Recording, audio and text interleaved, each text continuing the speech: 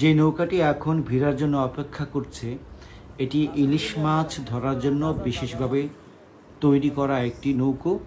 আপনারা জানেন যে আরও নৌকা রয়েছে, আরও বিশেষায়িত নৌকা রয়েছে, যেই নৌকোগুলি সাধারণত ভাটি অঞ্চলে যায়। তো এই নৌকাগুলি হচ্ছে চাঁদপুরে পদ্মাতে তারা ইলিশ মাছ ধরে। আপনারা জানেন ইলিশের বাড়ি চাঁদপুর। তো সেই ইলিশের বাড়ি চাঁদপুরের যারা জেলে আপনারা দেখতে পাচ্ছেন, তারা সারাদিন মাছ ধরে এখন ঘাটে নিয়ে আসছে। তো এই ঘাটটি হচ্ছে ডাকাতিয়া নদীর তীরে অবস্থিত, চাঁদপুর মাছঘাটটি। তো সেই জেলেরা সারাদিন মাছ ধরে সেই মাছঘাটে ট্রলারটি, তাদের নৌকাটি ভিড়িয়েছে।